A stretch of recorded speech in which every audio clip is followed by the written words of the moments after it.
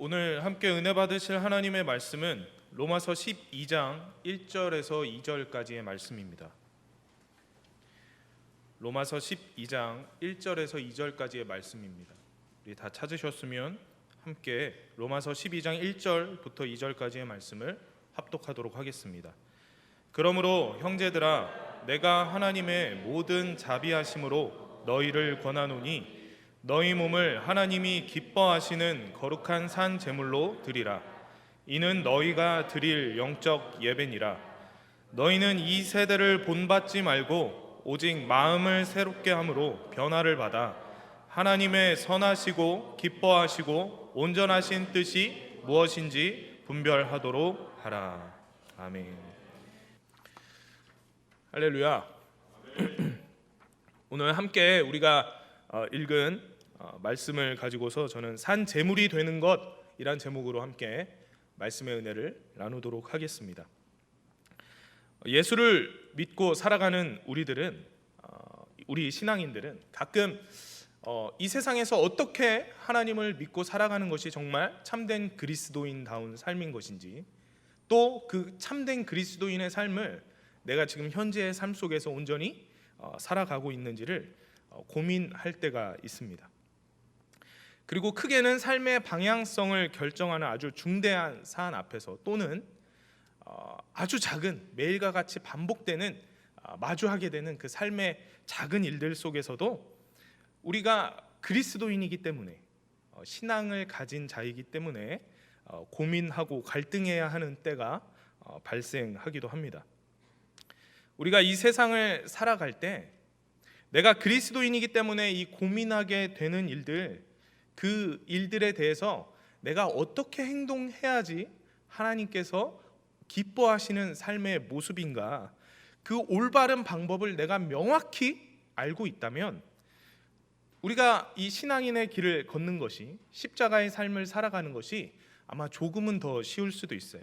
그런데 문제는 우리가 무엇이 올바른 그리스도인의 삶인지도 모를 때가 많다라는 것입니다. 그렇게 주님의 뜻을 모른 채 이 세상에서 내 뜻대로 살아갈 때가 많이 있다라는 것이죠.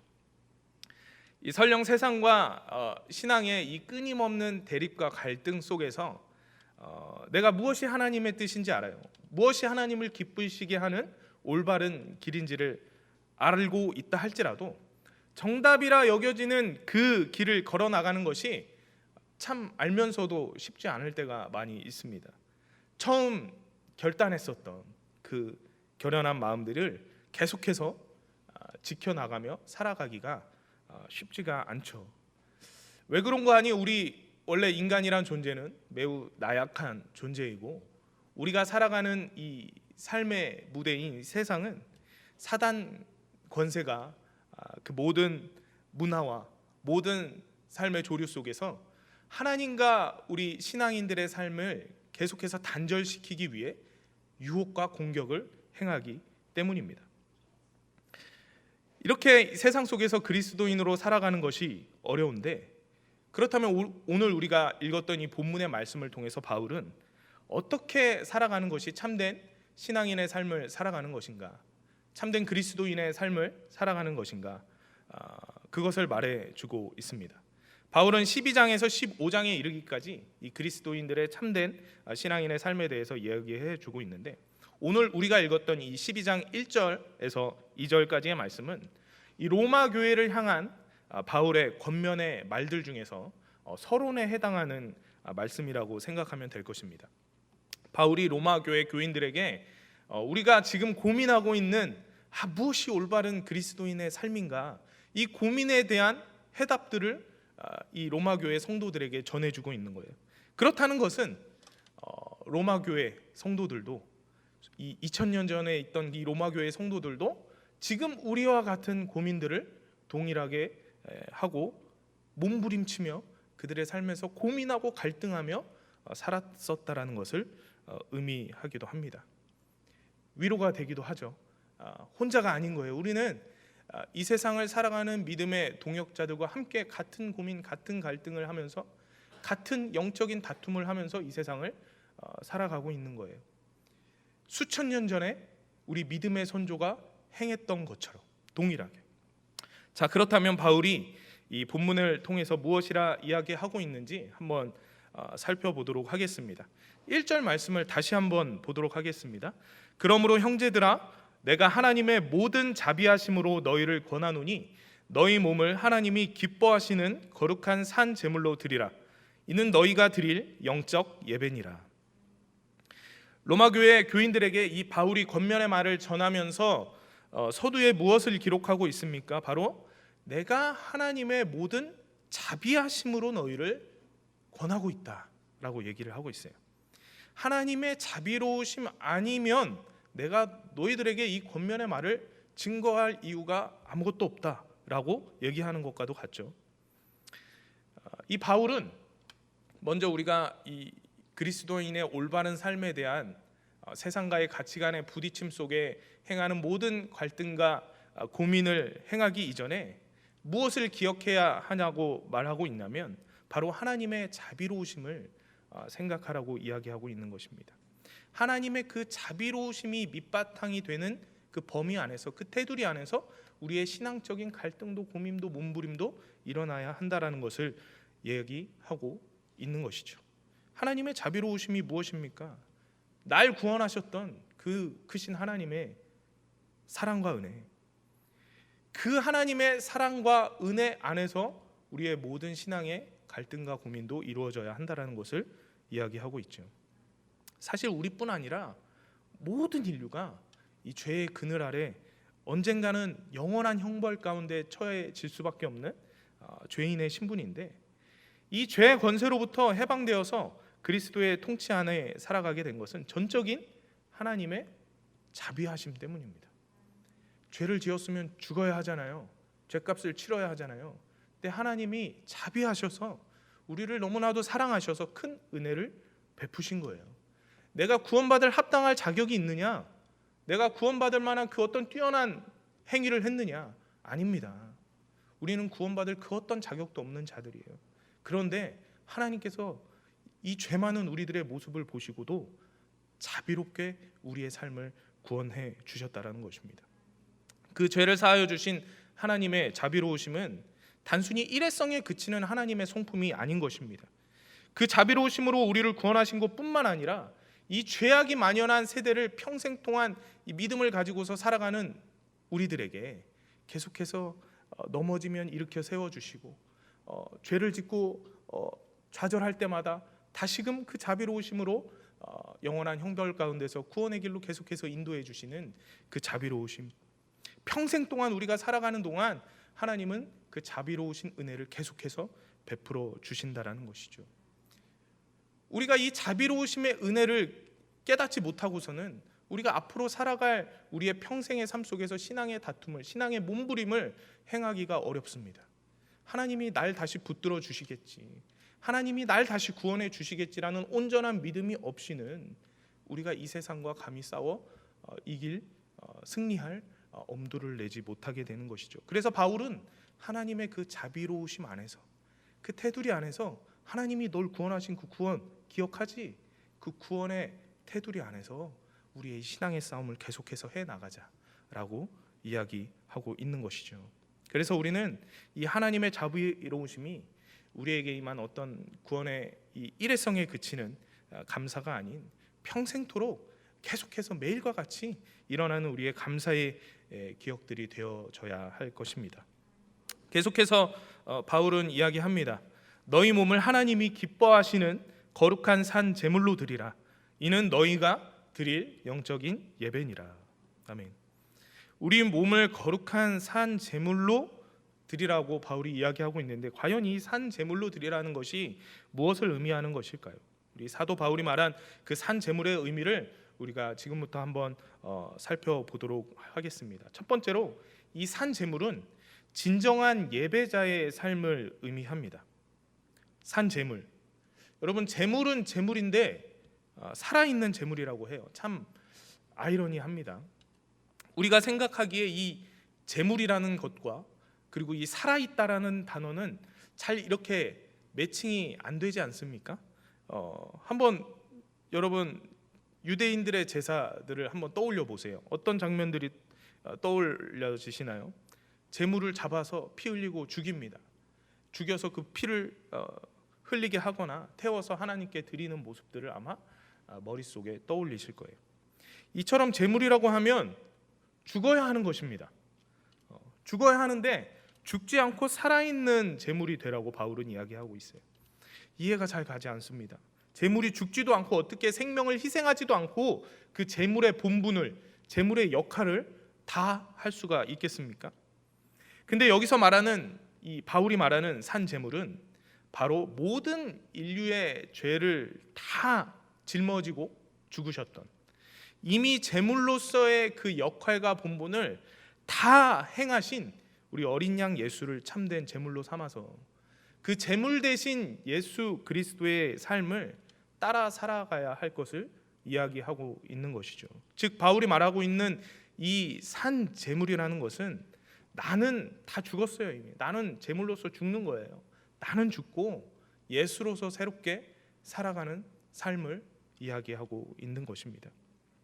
살아있다고 여겨지지만 사실 죽은 것이나 다름없고, 또 한편으로 죽은 것이지만 실제로는 또 살아있는 것입니다. 다시 말하자면 이 육신은 분명히 살아서 숨쉬고 있지만 나의 생각, 나의 이 모든 자아가 내 삶의 주인 되어 살아가던 나의 모든 모습들이 다 죽어지게 되는 것이죠. 내 모든 자아가 죽고서 예수 그리스도의 통치함을 받아 새로운 삶을 살아가게 되는 것, 그것이 바로 바울이 이야기하는 죽어도 산 것이요 살았지만 죽은 것 같은 이 제물, 산 제물의 삶이 되는 것입니다. 사도 바울이 정의한 이 예배자는 우리의 몸을 이렇게 하나님께 거룩한 산 제물로 드린 자들의 삶입니다. 우리가 흔히 생각하는 이 예배자에 대한 의미를 너무 한정되이 생각해서는 안 되는 것이죠. 우리가 공예에 열심히 참여하는 성도를 보면 어떤 생각이 듭니까? 정말 참된 예배자구나. 정말 예배드리기를 사모하는 자구나. 금요철야에 나오고 새벽 예배에 나오고 수요 예배에 나오고 예배에 나오기를 사모해요. 하지만 우리는 그 예배자의 모습을 보고서 정말 참된 예배자, 거룩한 산 제물로서 살아가는 참된 예배자라고 단정지어 말할 수는 없습니다.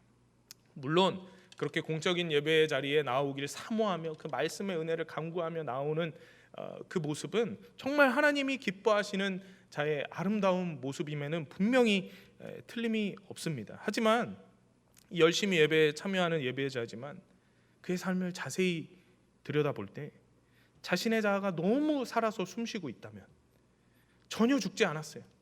자신의 뜻과 계획과 생각대로만 살아가는 자예요. 그 안에 예수가 살아갈 수 있는 그 어떤 틈도 있지 아니한 자라면 과연 그가 참된 예배자의 삶을 살아가고 있다고 이야기할 수 있을까요?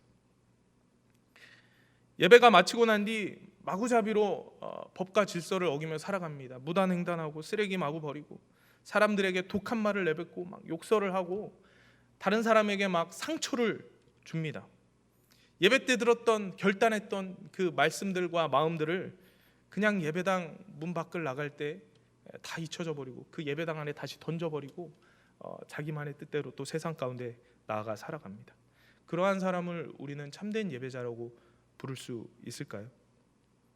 우리가 이 날마다 숨쉬며 살아가는 그 모든 때, 그 모든 시간이 사실은 하나님을 예배하는 시간이 되어야 합니다.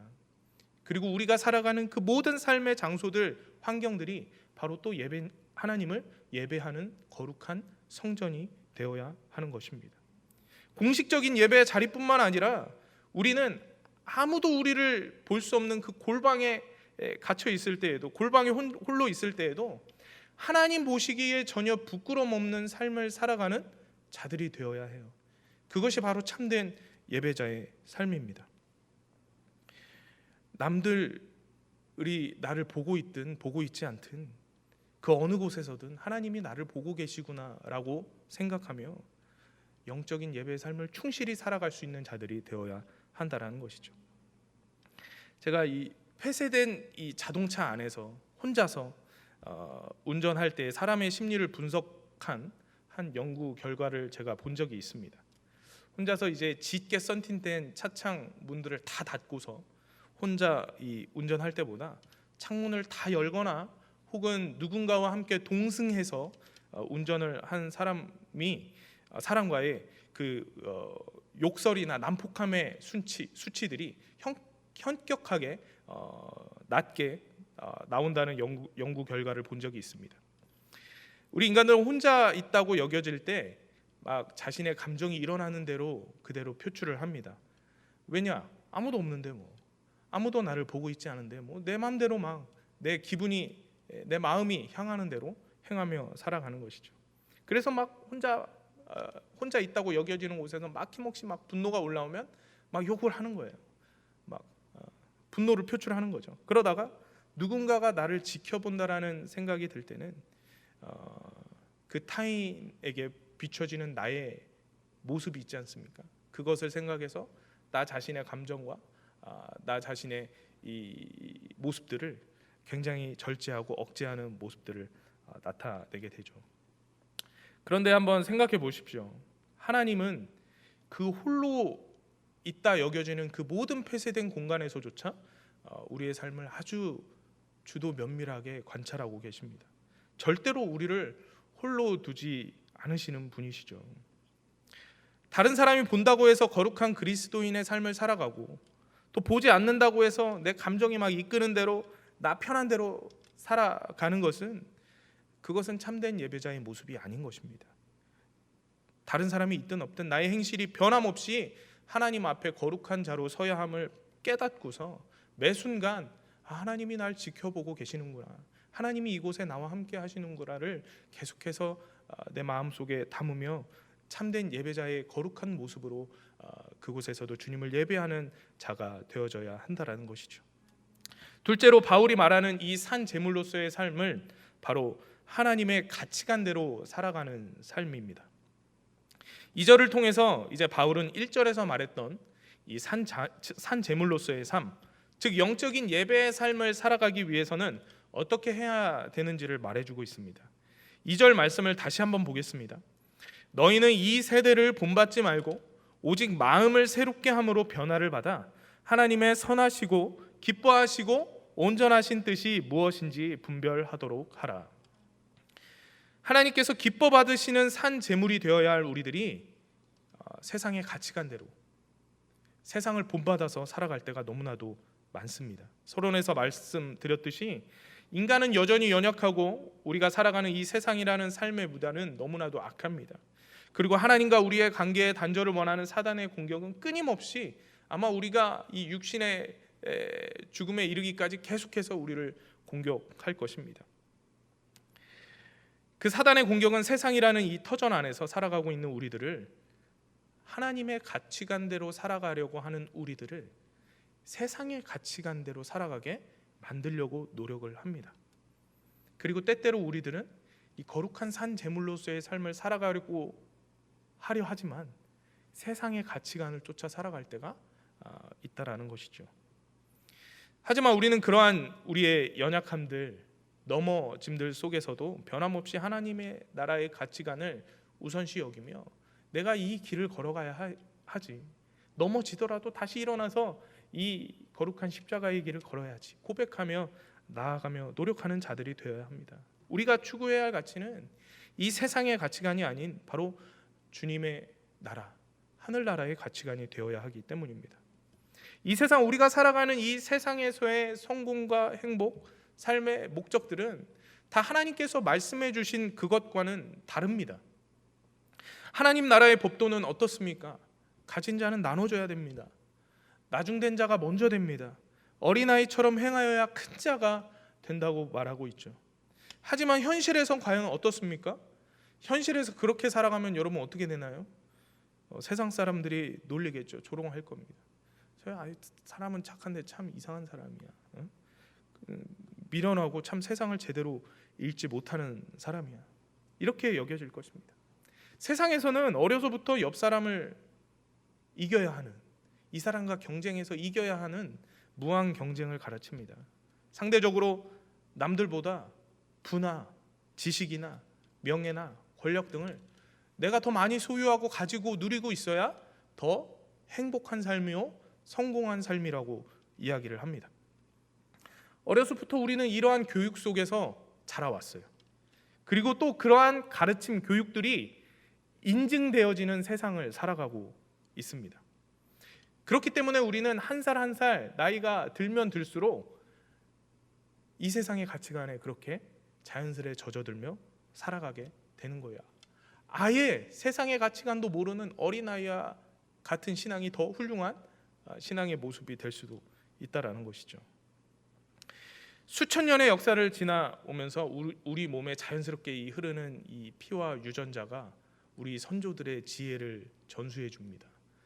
세상에서 성공하려면, 세상에서 행복하기 위해서는 남들보다 더 앞서 있어야 된다. 남들보다 더 좋은 자리, 높은 자리에 위치해야 된다. 그리고 남들보다 더 많이 가지고 있어야 되고 힘이 있어야 된다라고 얘기합니다. 그렇게 살아가면서 자신의 행복을 위해서 때때로는 불가불 다른 사람에게 피해를 줄 수도 있다라고 얘기합니다. 세상과의 약속을 깰 수도 있고 거짓말을 할 수도 있지 않겠냐. 너의 성공을 위해서라면, 너의 유익을 위해서라면 남들에게 조금 그렇게 패기치는 것도 할 수 있지 않겠냐. 이렇게 가르치죠. 이것들이 세상에서도 법과 질서, 정의라는 이름으로 행하면 안 될 금지된 일들이지만 불법을 저지르게 되더라도 경쟁에서 승리하는 게 나를 위한 유익이 우선시 되어야 하는 게 바로 세상적인 가치관의 가르침입니다. 그리고 역사가 이를 반증하기도 하죠. 인류의 역사들 중에서 일어난 이 국가 간의 나라들과의 수많은 전쟁을 한번 돌아보시기 바랍니다. 전쟁이 일어나게 되는 계기가 대부분 무엇입니까? 자국의 유익을 위해서예요. 자국의 유익을 위해서. 이름은 명분은 거칠애로 이렇게 내어 걸지만 사실은 자신들이 더 잘 살기 위해서 옆 나라 무너뜨리고 그 사람들을 노예 삼는 것이거든요. 그 사람들이 잘 가지고 있던 부와 명예를 다 갈취해 오는 것이거든요. 그래서 이러한 세상적인 가치관에 젖어 살아가는 우리들은 이 그리스도인이 걸어가야 할 십자가의 길 앞에 딱 섰을 때 혼란스러운 거예요. 하나님의 뜻대로 이 세상을 살아갈 엄두를 내지 못하게 되는 거예요. 때로는 은혜 받아서 막 결단하면서 나갑니다. 내가 하나님의 뜻대로 살아갈 겁니다. 십자가의 길을 걸을 것입니다. 힘이 들더라도 세상의 유혹과 그 세상적인 가르침에 그 가치관에 휘둘리지 않겠습니다.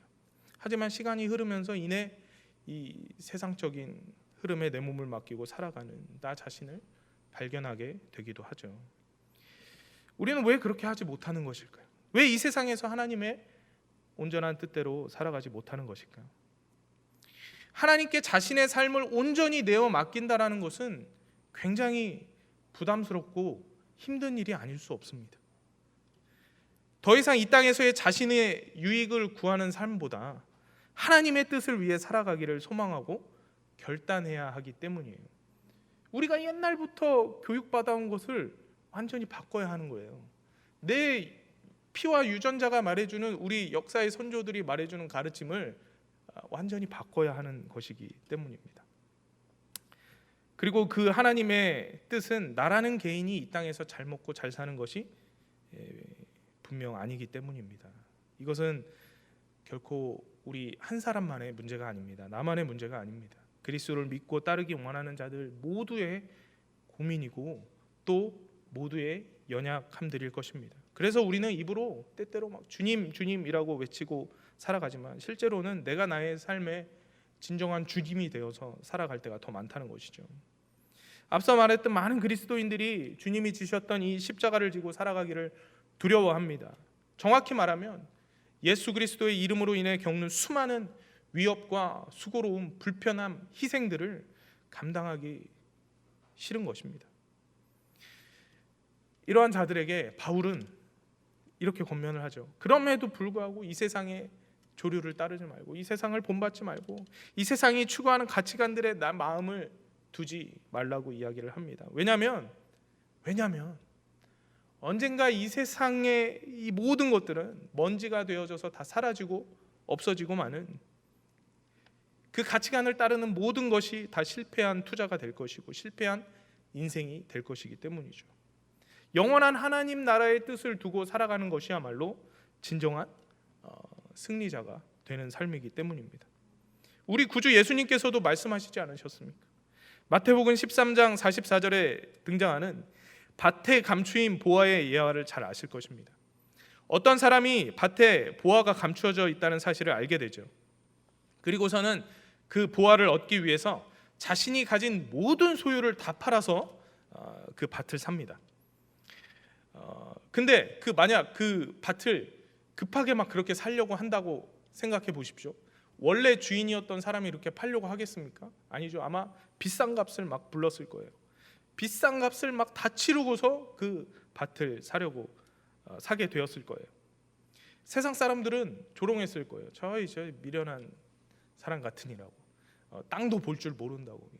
좋고 아주 기름진 땅이어야 되는데 저런 땅을 그 값에 치르고 샀다고 조롱할 것입니다. 그런데 그 밭을 산 사람은 눈에 보여지는 밭의 가치를 보고 산 것입니까? 아니죠.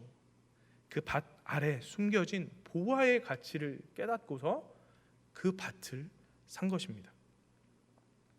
충분히 살 가치가 있다고 여긴 것이죠. 자신의 모든 것을 내어 바쳐도, 자신의 모든 것을 희생해도 그 밭을 사야겠노라고 결단하게 된 것이죠.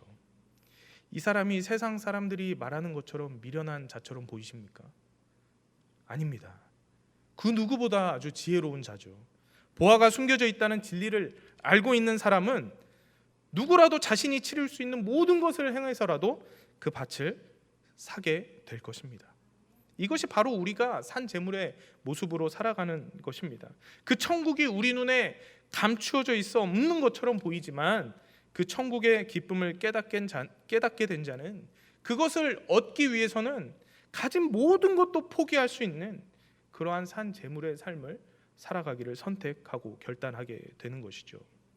재물이 무슨 자아의식이 있겠습니까, 여러분? 무슨 자기의 주관이 있겠습니까? 그냥 받쳐진 거예요. 이래도 그만 저래도 그만인 게 바로 재물의 삶입니다.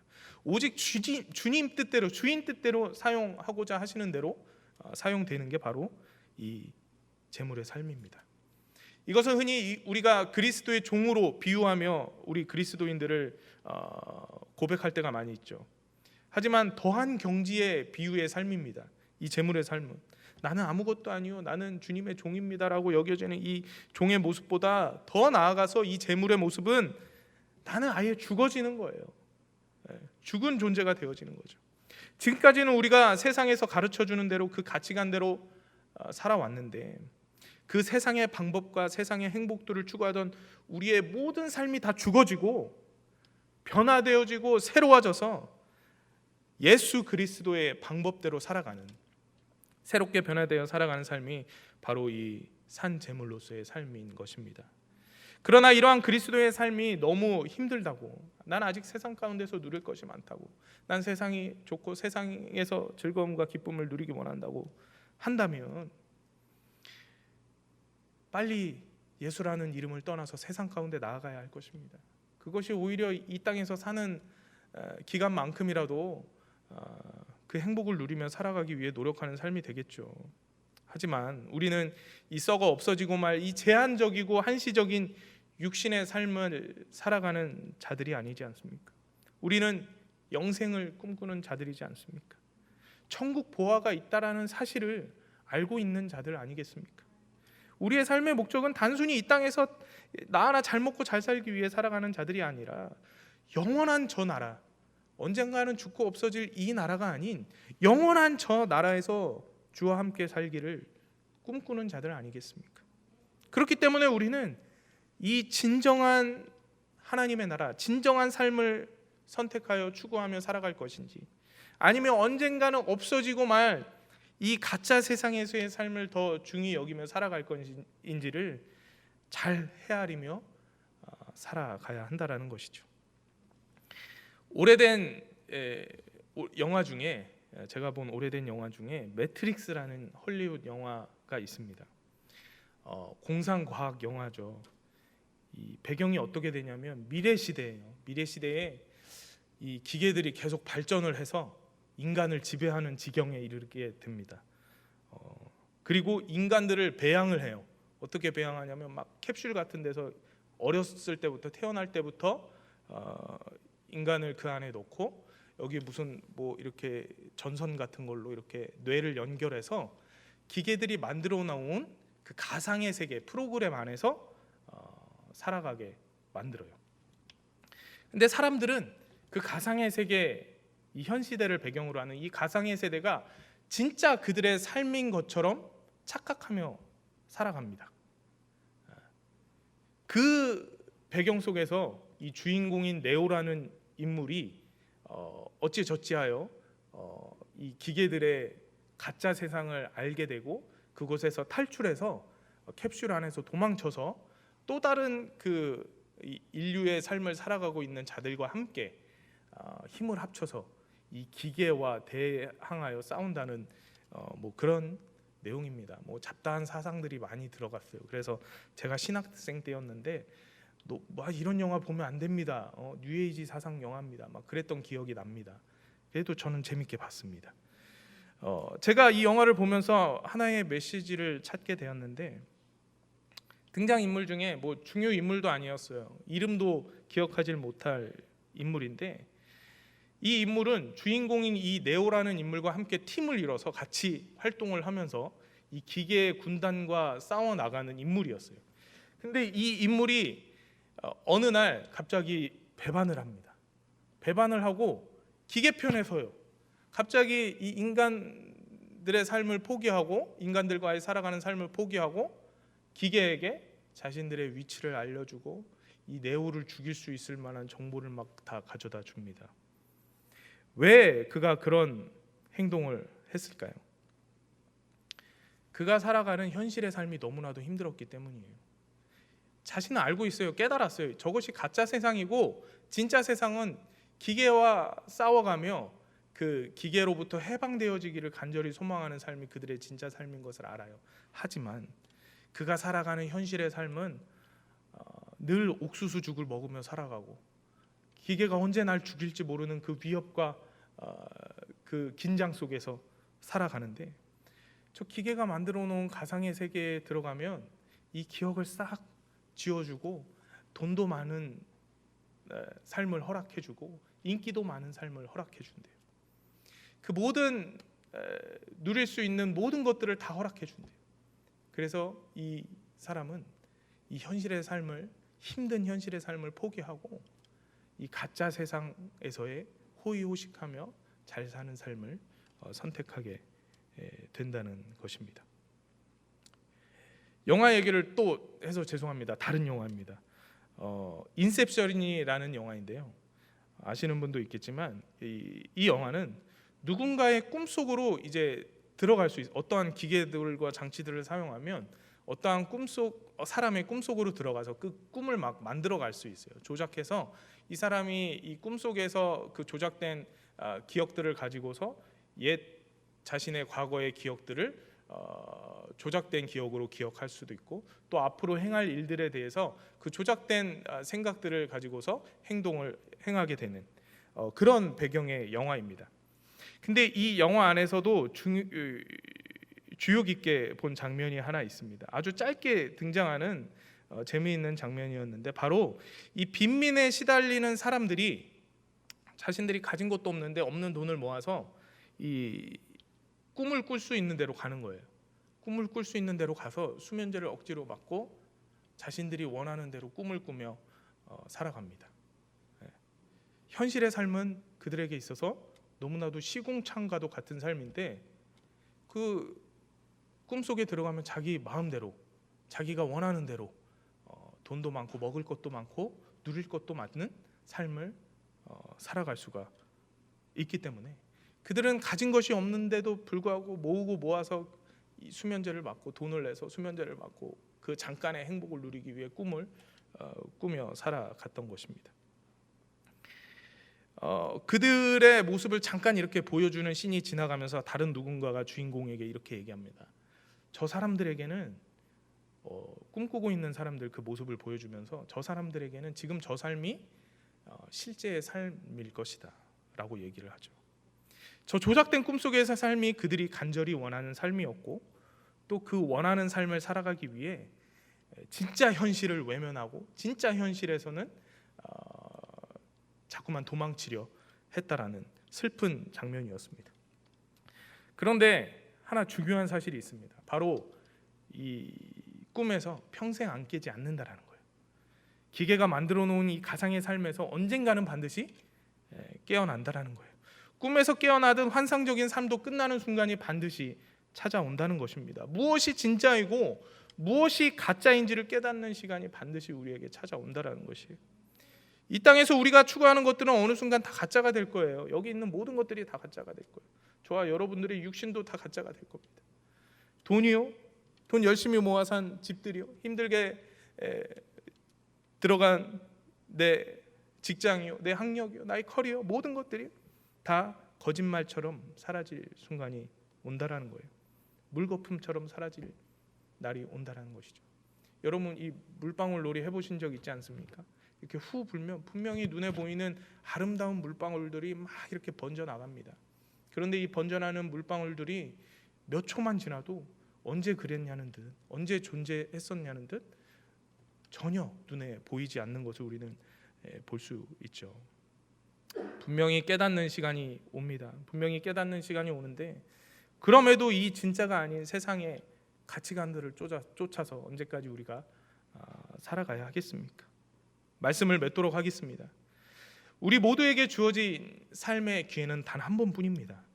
길고 짧음에 그 차이는 분명히 있을 수 있겠지만 딱 이 한평생의 삶을 살아가다 우리는 반드시 죽게 될 거예요. 불교에서 말하듯이 다시 윤회해서 뭐 또 기회가 생길까요? 아닙니다. 단 한 번이에요. 하나님께서 자비하심으로 베푸신 그 은혜는 단 한 번의 기회이기 때문에 우리는 그 한 번의 기회 있는 동안 헛된 것에 내 삶의 중심을 맡기며 살아가서는 안 되는 것입니다. 기회가 두 번 있다면 한 번쯤은 그래도 돼요. 근데 기회가 단 한 번뿐이라는 사실이죠. 우리의 신앙생활의 옳고 그름, 선과 악함은 세상의 기준에 있지 않습니다. 우리가 하나님의 참 뜻을 몰랐다고 여겼던 것은 우리가 세상에서의 가치관으로 우리의 신앙을 바라봤기 때문에 그래요. 세상의 다른 사람들과 비교해 가면서 우리의 모습을 바라보았기 때문이죠. 그러면서 하나님의 뜻이 무엇인가를 찾아다녔으니 당연히 진정한 하나님의 뜻을 찾기가 어려웠던 것이죠. 우리의 선택과 결정의 모든 기준이 되어야 하는 것은 바로 세상의 이 가치관이 아닌 바로 예수 그리스도 오직 하나님의 말씀이 되기를 간절히 소망합니다. 기도하겠습니다. 하나님 감사합니다. 이 악한 세대를 살아가면서도 하나님의 의를 구하는 자들로 살아갈 수 있도록 인도하여 주시며 감사합니다. 때로는 우리가 주의 뜻을 깨닫지 못하고 그 뜻을 실천하며 살아가지 못할 때에도 더 나은 산 제물의 삶이 되어지도록 늘 우리의 삶에 함께하여 주시옵고 무엇이 하나님의 뜻에 합당한 그 신앙인의 올바른 삶이 되어질지를 끊임없이 주께 물으며 그리스도를 간구하며 나아가는 자들 되게 하여 주시옵소서. 감사드리며 예수 그리스도의 이름으로 기도드립니다. 아멘.